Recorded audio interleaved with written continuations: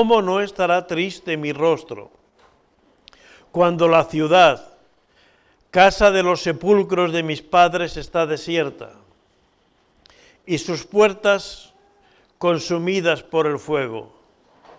Me dijo el rey, ¿qué cosa pides?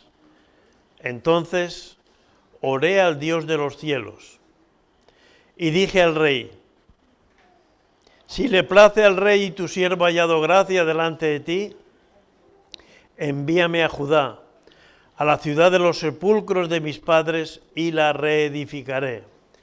Entonces el rey me dijo, y la reina estaba sentada junto a él, ¿cuánto durará tu viaje y cuánto volverás?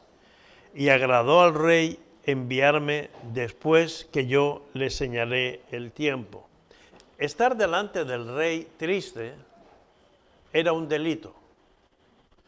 Delante del rey había que estar siempre alegre, porque era un privilegio servir al rey. Es como venir a la casa del Señor y estar triste. Es un privilegio adorar y alabar al Señor, como oraba Eva hace un rato. Nehemías se estaba jugando el puesto, incluso la vida, pero estaba triste porque Jerusalén estaba destruida. Y Nehemías era un hombre íntegro.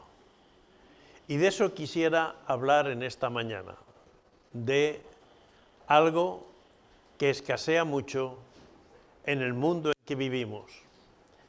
Y lamentablemente, la Iglesia es parte del mundo en que vivimos. Y también en la Iglesia escasea muchas veces la integridad. Vamos a orar al Señor. Padre Santo y Celestial, prepáranos para recibir tu palabra y úsame, Señor, para edificar a tu Iglesia conforme a tu voluntad.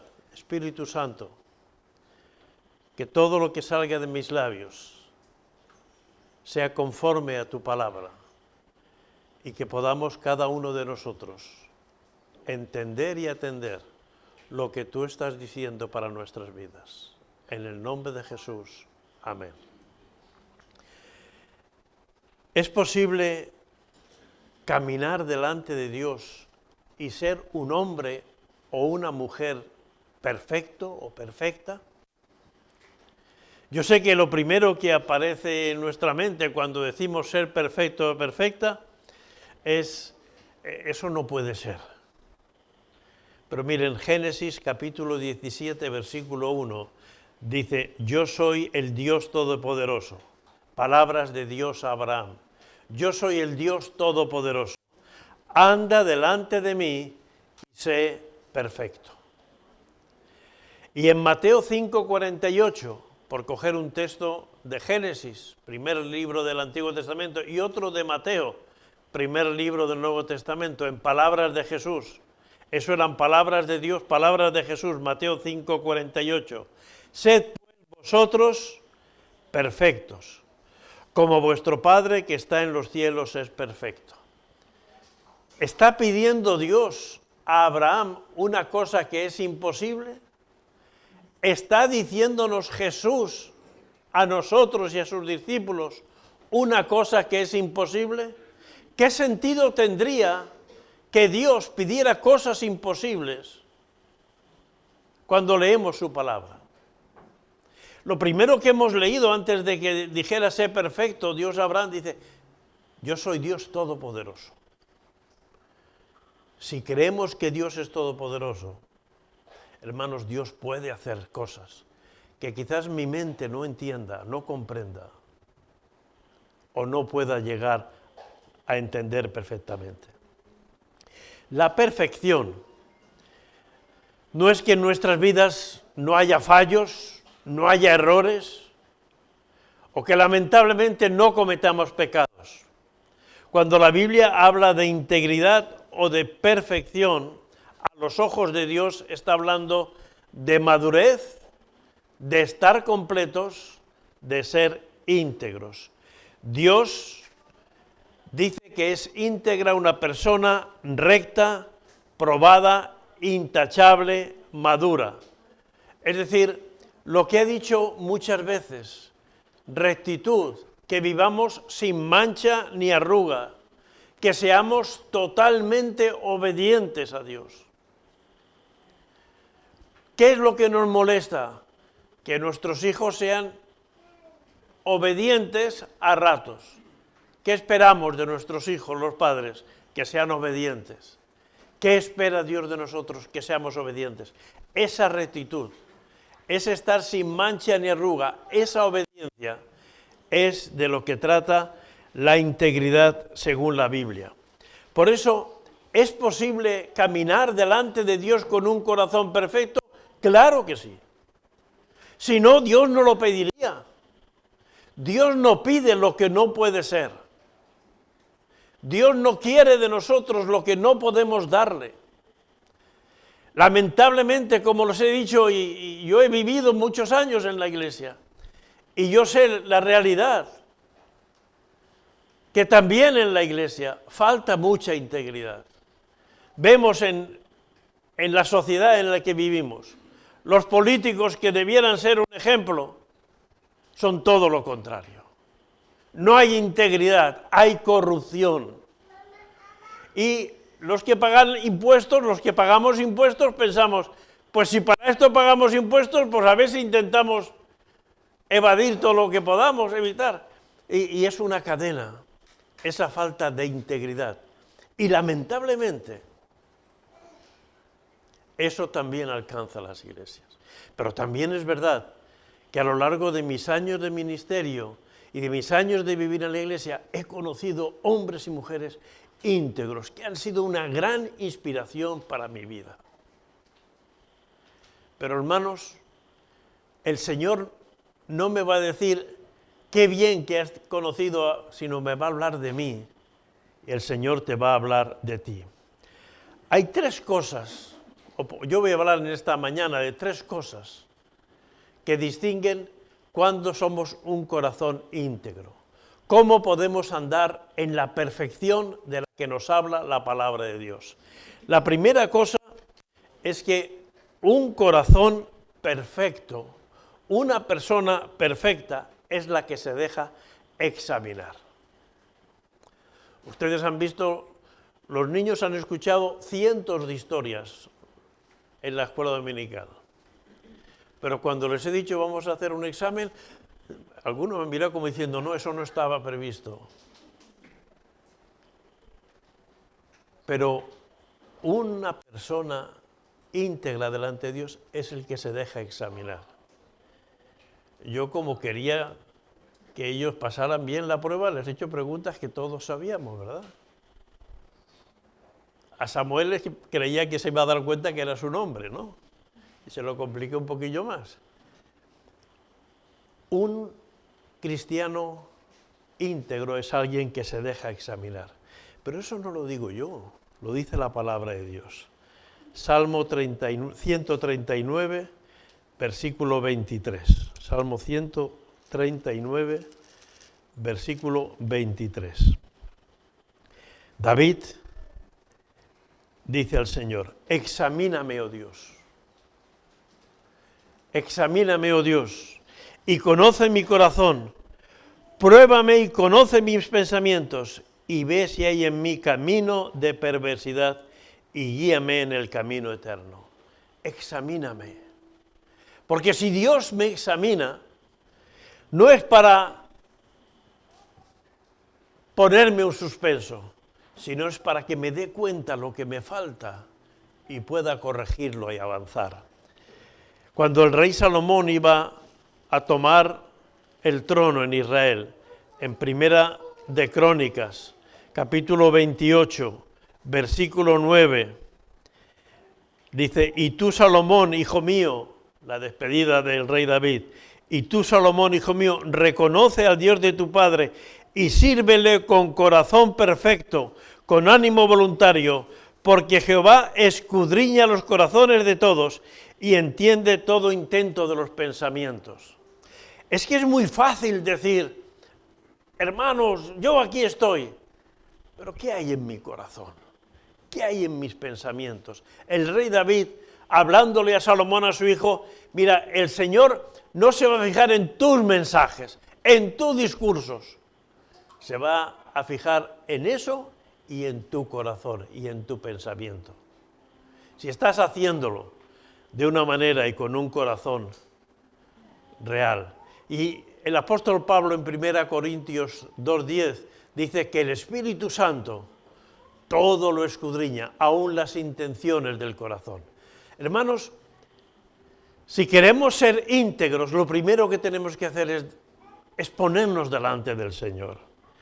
Es decir, no esconder nuestro pecado, que nadie se entere que ha pasado esto en mi vida, que nadie se entere que he cometido este fallo, este error. Tratar de tapar, de camuflar el pecado. No, hermanos, tampoco se trata aquí que vengamos todos a confesar nuestro pecado, delante del Señor cada uno, pero sí vivir una vida transparente delante de los demás.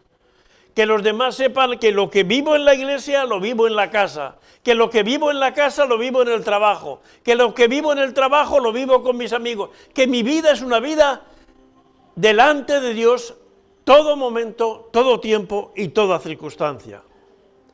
Lamentablemente, cuando veo por internet la mayoría de los mensajes, hablan de las prosperidades, de las bendiciones, de lo que el Señor tiene para nosotros. Muy pocas veces veo que habla de que el Señor examine mi vida y vea si hay en mí pecado. Miren, uno de los graves problemas, estaba leyendo un libro sobre la familia, uno de los graves problemas hoy en día que hay es la pornografía.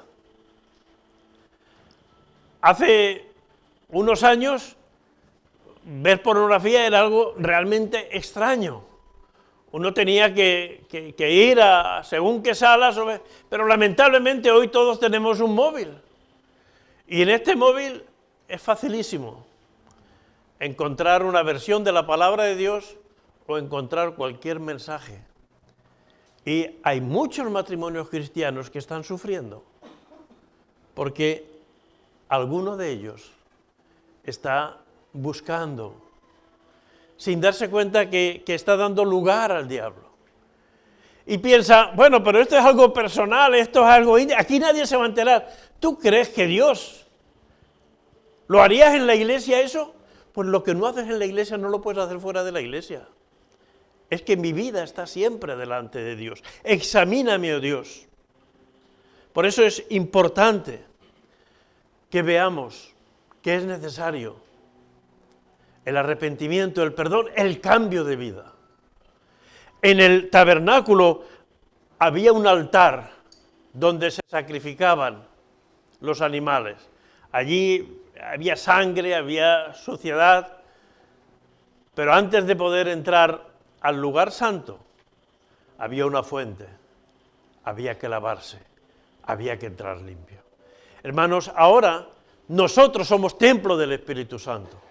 Nosotros tenemos que entrar limpio, no tiene que haber miseria, no tiene que haber pecado en nuestra vida, porque eso ofende a Dios. Ningún sacerdote podía entrar al lugar santo sin antes lavarse y estar perfectamente limpio. Nuestra vida tiene que estar siempre limpia, como dirían en el servicio militar, en estado de revista. Es decir, ahí bien alineados, todo bien preparado. Un corazón perfecto es un corazón en que los pecados han sido cubiertos por la sangre de Jesús. Hay un versículo muy conocido, 1 de Juan, capítulo 1:7, que si andamos en luz,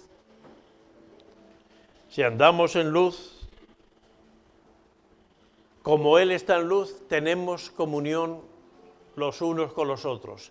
Y la sangre de Jesucristo nos libra de todo pecado. Y miren, esa parte del versículo la saben muchos cristianos. La sangre de Jesucristo nos limpia de todo pecado. ¿Saben lo que muchos cristianos ignoran? La primera parte de ese versículo. Si andamos en luz, como Él está en luz, tenemos comunión. Pero si no andamos en luz, el no se produce. La integridad de que la sangre de Jesucristo nos limpie de todo pecado, que es lo que a todos nos gusta, va con esa condición. Y hay muchas veces que la palabra de Dios nos pone una condición para disfrutar. Si queremos estar y sentirnos bien, hay que pasar por la ducha, le decimos a los niños. Pero los niños dicen, sí, me duché ayer. Sí, pero hoy también necesitas. Si andamos en luz, entonces la sangre de Jesucristo nos limpia de todo pecado. Es algo muy importante. El corazón perfecto no se conforma con que su pecado haya sido perdonado, sino que busca una comunión diaria y plena con Cristo Jesús por el Espíritu Santo. Que esté cubiertos nuestros pecados, que estén lavados nuestros pecados y que nuestro compromiso con Dios y con su Iglesia sea una realidad siempre. Eso es integridad. Como dice el Salmo 24, ¿quién estará en su lugar santo? El limpio de manos y puro de corazón. Por eso tenemos que dejarnos examinar por el Señor. No se trata de que vengas y digas, hermano, ¿qué le parece mi vida? Bueno, a mí me puede parecer bien, pero tú y el Señor sabéis cómo está la cosa. Bueno, si tú vienes y me confiesas algo que estás haciendo, vienes y me confiesas, no es que me estoy llevando el dinero de mi empresa. Bueno, pues devuélvelo y pide perdón. Pero hay cosas que ni siquiera a tu esposo o a tu esposa le vas a confesar, pero al Señor debes confesarlo. Un corazón íntegro, un corazón perfecto, es un corazón que se deja examinar. La segunda cosa es que un corazón perfecto, un corazón íntegro, es un corazón que confía. Mira, el Salmo 22, versículo 4 y 5.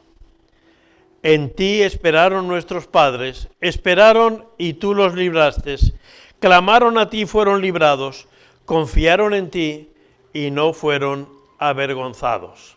Y el Salmo 11, el Salmo 25, versículo 2, dice, ciertamente ninguno de cuantos esperan en ti serán confundidos, serán avergonzados los que se rebelan sin causa. Ninguno de los que esperan en ti serán confundidos. Confiar. ¿Alguna vez, como padre o como madre, estaba tu hijo, tu hija ahí subida en una pared y le has dicho, venga, tírate que yo te cojo? ¿Y qué hacen ellos? Se tiran, normalmente. ¿Y qué haces tú? Te apartas y dices, para que aprendas a no fiarte de nadie. No, lo coges. Así es Dios. Hay alguien que nos pone música y ahora no toca. Pones a tu niño ahí, o a tu niña, y dices, tírate. ¿Y qué estás esperando? Que confíe que tú le vas a coger. Que esté segura que tú lo... Así es Dios, hermanos. Podemos confiarnos en sus manos. Él no nos va a fallar. Él no va a abrir sus brazos y va a decir, lo siento, nos va a coger. Un corazón íntegro y perfecto es un corazón confiado. Resignarse, decir, bueno, pues es lo que hay. No es lo que hay, es lo que Dios quiere, es lo que Dios tiene preparado para ti. Muchos en Israel, después de 400 años en Egipto, debían pensar, bueno, aquellas cosas de que Dios nos daría la tierra que prometió Abraham como promesa, bueno, hace 400 años que ya nuestros padres, nuestros bisabuelos, tatarabuelos y tatarabuelos vinieron y no se va cumpliendo, pero Dios los sacó de Egipto.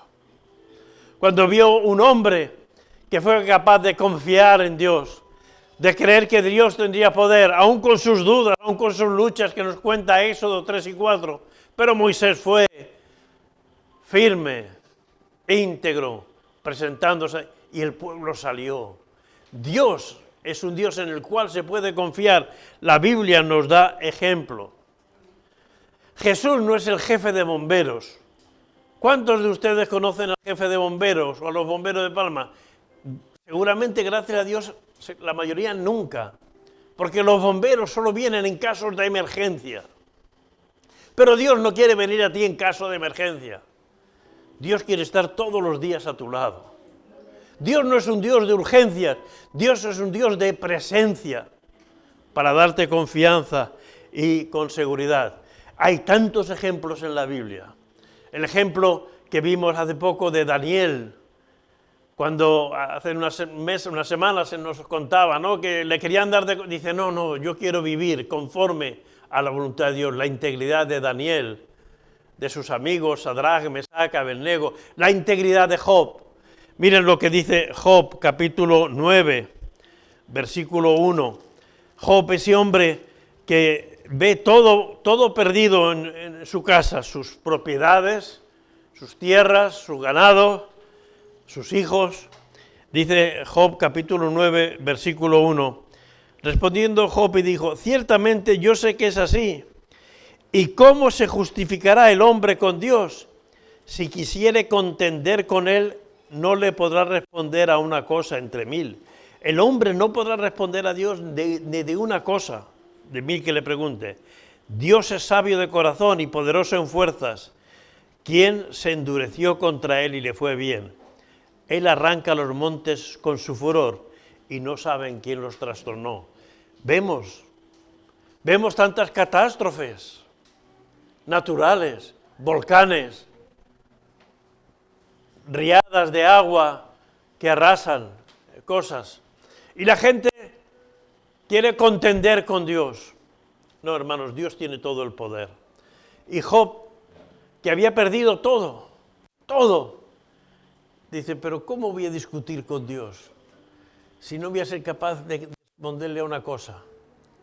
Job, Daniel, el apóstol Pablo, tengo un mensajero de Satanás que me abofetea, tengo un problema de salud, le he orado al Señor 3 veces y el Señor me ha dicho, bástate mi gracia. ¿Y qué hizo Pablo? Seguir predicando, bástate mi gracia. Confiado en Dios. No confiado en Dios porque todo le iba bien. A Job parecía que todo le iba mal. Daniel estaba deportado y viviendo casi en régimen de esclavitud al principio en Babilonia. Y Pablo siguió adelante con su enfermedad. Pero fueron personas íntegras y que vivieron la fe en Dios. Y Dios les respondió. Y Dios les contestó. No de una manera de emergencia, sino como Dios dice. La palabra de Dios nos dice que nosotros para Dios somos como la niña de nuestros ojos. Y nadie deja que le toquen la niña de sus ojos. Es de las cosas más sensibles, más delicadas. Así somos para Dios. Por eso, sea que nos venga prosperidad, como ocurría en el caso de Salomón, que iba a ser nombrado rey, o que nos vengan situaciones contrarias de salud o de actividad, confiemos en Dios. Un corazón que se deja examinar por Dios, un corazón que confía en Dios. Y la tercera cosa de una persona íntegra, perfecta, es una persona con un corazón quebrantado. Al corazón contrito y humillado, no rechazarás tú, oh Dios mío. Un corazón quebrantado. Quebrantamiento es más que dolor o llanto. Es tener esa tristeza profunda en el corazón. ¿Y por qué hay que tener tristeza? Pues hay que tener tristeza porque hoy en Palma van a morir, de media en Palma mueren entre 5 y 7 personas todos los días. ¿Cuántos de ellos no van a conocer al Señor? A lo mejor ninguno, a lo mejor la mitad. Tristeza por lo que está ocurriendo en las guerras, en Mali, en Sudán, en Gaza, en Yemen, en Pakistán, por lo que está ocurriendo en las guerras, por las desgracias que el ser humano está llevando. debemos de clamar y debemos orar al Señor. Y realmente así es como el Señor espera que vivamos una vida de integridad. Cuando Nehemías se enteró, él estaba en el palacio allá en Persia, en lo que hoy es Irán. Él estaba bien, era el copero del rey, era el que le servía el vino al rey. Él comía la comida del palacio, pero cuando se entera que Jerusalén está arrasada, que los muros, las puertas están quemadas, los muros destruidos, él se entristece. Y le muestra esta tristeza a Jesús. Nos entristece a nosotros ver que a lo mejor hay familiares nuestros que si hoy se van con el Señor y para morirse solo hace falta una cosa, estar vivo. ¿Cuántas veces nos enteramos? No, estaba bien, pero le ha pasado esto y ya no está. Pero hay personas que están entristecidas. Nehemías se entristeció y le dice al rey, por favor, déjame. Fijaros que cuando el rey le dice, ¿cuánto tiempo? En lo que hemos leído en Nehemías 2, 1 al 6, él fue y oró al Señor. No se trata de ir ahí por ahí haciendo cualquier tipo, no, se trata de orar al Señor para que el Señor nos dé el momento, la palabra adecuada para restaurar esas vidas. Restaurar las vidas de nuestros familiares, de nuestros compañeros, de nuestros vecinos, de las personas que viven en nuestra ciudad. Quebrantado quiere decir sufrir porque Jerusalén estaba destruida, pero ponerte en marcha para reedificar. No basta que yo diga, qué pena, hay tantas personas hoy que no conocen al Señor en Palma. Y yo no puedo llegar a todas, pero el Señor me puede poner delante de mí una persona hoy, o dos mañana, o otra pasado mañana, y con esas personas, ¿qué voy a hacer para restaurar su vida? Nehemías se puso en marcha. Nehemías pasó del quebranto a la acción, a actuar, a ser responsable.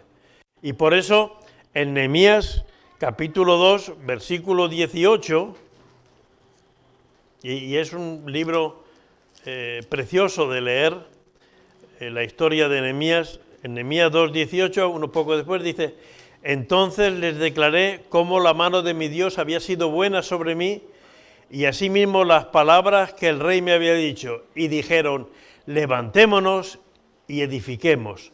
Así esforzaron sus manos para bien.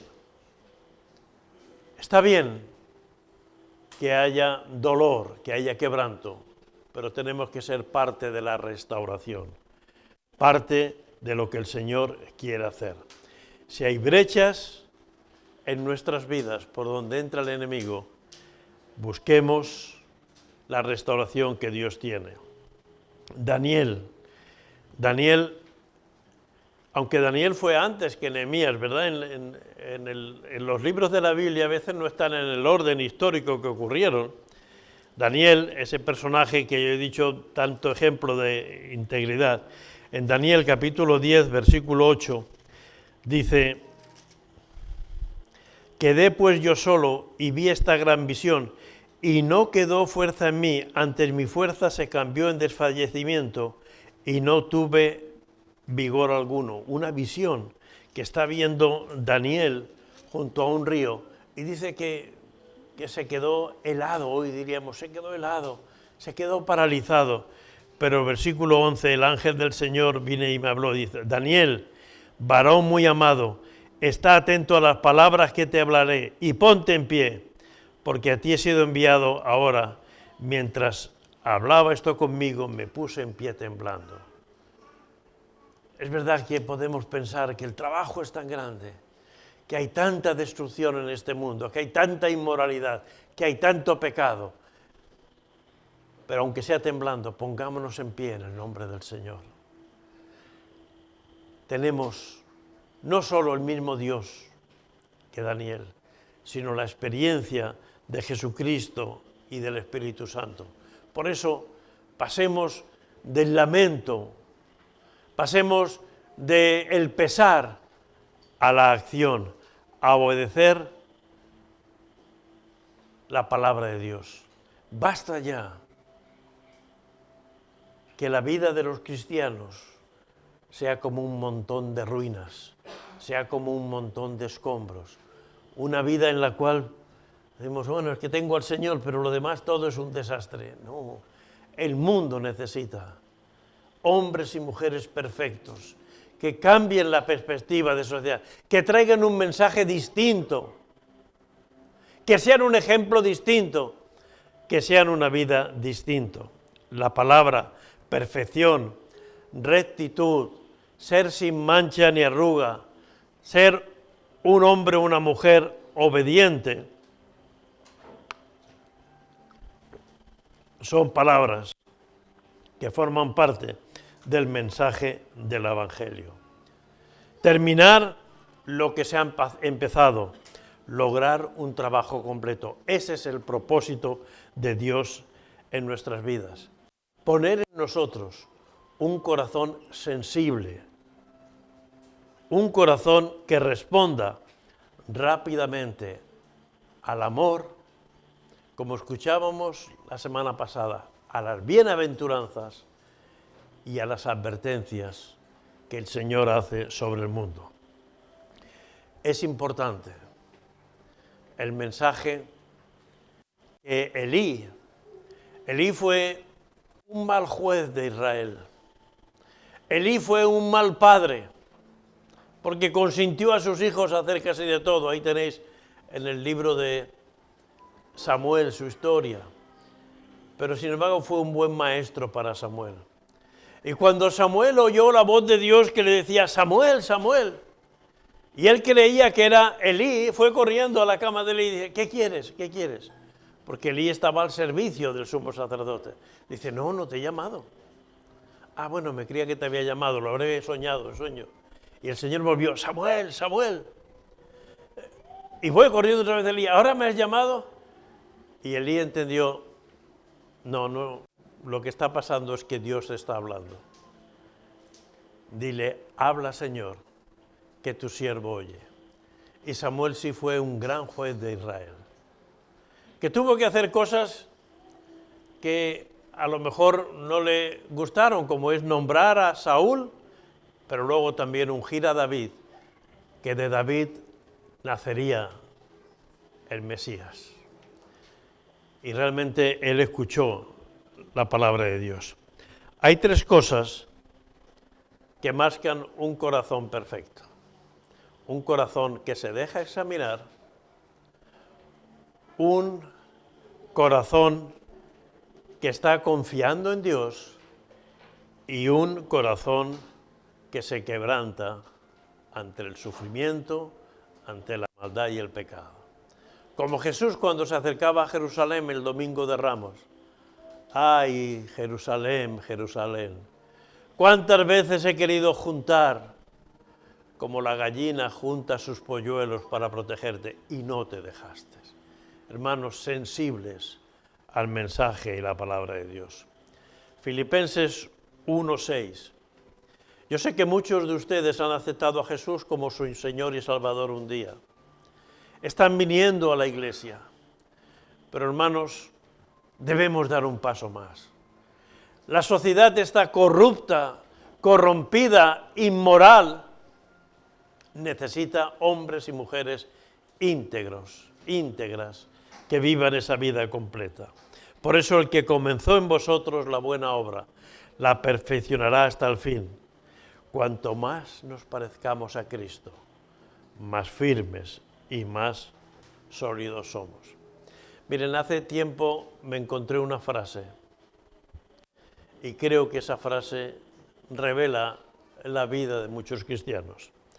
Si el mundo no dice nada contra ti, si todo el mundo dice, ¡ay, qué maravilla! ¡Ay, qué bueno eres, Indalecio! ¡Ay, qué amable, qué bien!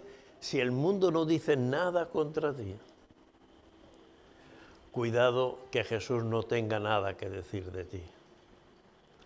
Si tenemos tanta relación y tan buena relación con todo el mundo no creyente, cuidado que es porque estemos tan lejos de Jesús, que como aquellas 10 vírgenes, Señor, Señor, sí, si en tu nombre hicimos esto, en tu nombre, no os conozco. Porque el Señor quiere integridad. Nos lo muestra la palabra. Abraham, sal de tu tierra y de tu parentela. Pero Señor, si tengo 75 años, sal de tu tierra y tu parentela. David, un hombre con un corazón conforme al corazón de Dios. Daniel, Job, Pablo, Pedro, Juan, los discípulos del Señor que fueron obedientes. El mundo tuvo mucho contra ellos. Casi todos ellos fueron martirizados, pero todos ellos están como baluartes en el cielo. Y así ocurre con los hijos de Dios. Y hermanos, este no quiero que sea un mensaje de asustar a nadie, sino que sea un mensaje de esperanza. Déjate examinar por el Señor.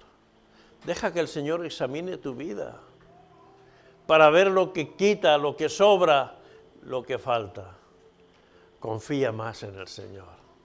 No confíes solo en tus fuerzas, en tu capacidad económica, en tus proyectos. Confía en el Señor. Confía en el Señor y pide al Señor ser un hombre o una mujer sensible, quebrantado por nuestra maldad, por nuestros errores, pero también por la ruina del mundo en el que estamos viviendo. Hay una frase que muchas veces decimos, o a lo mejor oímos: ¿qué mundo vamos a dejar a nuestros hijos? Miren, eso no está en mis manos, ni está en las manos de ustedes. ¿Saben lo que está en nuestras manos, en las mías y las de ustedes? Es qué hijos vamos a dejar en este mundo. Unos hijos que hayan visto en nosotros unos padres, unas madres, unos abuelos, unas abuelas íntegros, caminando firmemente en los caminos del Señor, de tal manera que quieran seguir nuestros pasos. Eso depende de nosotros. El mundo no va a ir a mejor, no se lo crean, ni los políticos, ni los sociólogos, ni la economía, que puede ir mejor, no va a ir a mejor. Lo que puede ir a mejor es mi vida. Eso depende de mí. Eso el Señor va a poner los remedios para que mi vida sea íntegra, completa, perfecta. Y de esa manera yo podré alumbrar, guiar. Y los primeros que van a ser bendecidos van a ser los que están más cerca de mí. Y a partir de ahí, y a partir de entonces, poco a poco iremos cambiando el mundo. Como aquella anécdota de aquel joven que iba paseando por la playa. Y era una playa donde había marea alta y marea baja. Y ese momento era de marea baja y el agua se había retirado mucho. Y muchas estrellas de mar se habían quedado ahí en la arena y estaba empezando a calentar el sol. Y cuando iba calentando el sol, las estrellas se iban muriendo. Y había miles. Y ese joven iba cogiendo una estrella y la tiraba otra vez a donde estaba el agua. Y cogía otra y la tiraba. Y alguien le dijo: ¿pero qué te crees? ¿Que vas a ser capaz de salvar todas las estrellas? Y aquel dijo: todas no, pero esta sí. Y la tiró allí. Tú eres esa estrella que el Señor quiere hacer una vida íntegra, una vida perfecta, una vida sin mancha ni arruga, una vida obediente. Depende de nosotros. ¿Qué más tiene que hacer Jesús si ya vino y dio su vida? Si ya envió al Espíritu Santo. Aunque cantamos manda fuego, ya está aquí, está bien, es una forma de expresar las ganas que tenemos de que el Espíritu Santo tome control de nuestra vida, pero el Espíritu Santo está aquí, depende de nosotros, que lo tomemos o que lo dejemos. Seguramente, a partir de hoy, para ti este será un mensaje más. A mí no me interesa si te gusta o no te gusta. A mí lo que interesa es si el Señor te ha hablado, si vas a obedecer o no. Porque esa es la diferencia. Si la palabra de Dios aplica a nuestra vida. Yo puedo tener los mejores champús, los mejores gel, si no los uso y no me lavo, seré un guarro. Podemos tener la mejor palabra de Dios, podemos tener el Espíritu Santo, si no lo obedecemos, no será de provecho por nuestras vidas. Les invito a ponerse en pie y orar al Señor y si el Señor ha hablado tu vida, pues preséntate delante de Dios. Padre Santo y Celestial, que tu palabra produzca el fruto para el cual tú la envías. Que no nos permita ser mediocres.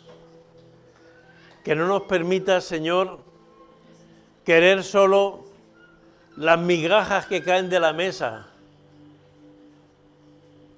Ayúdame, Padre Santo, a vivir en integridad, en la perfección que tú tienes para mi vida, todos los días de mi vida. Perdóname cuando alguna vez te sigo fallando, por mi torpeza, por mi rebeldía, por mi cabezonería. Pero enséñame a confiar más plenamente en ti y a ver el mundo como tú lo ves, Señor. Yo creo que hay muchas lágrimas en el cielo cuando ve lo que está pasando en las iglesias, en el pueblo de Israel, en el mundo en general. Porque habiendo dado tú todo lo que has dado, seguimos sin obedecerte. Señor, no podemos hacer que el mundo cambie, pero sí puedo hacer que mi vida sea cada vez más como tú quieres. Espíritu Santo, ayúdame, que en el nombre de Jesús te lo pido. Amén. Que el Señor les bendiga, hermano.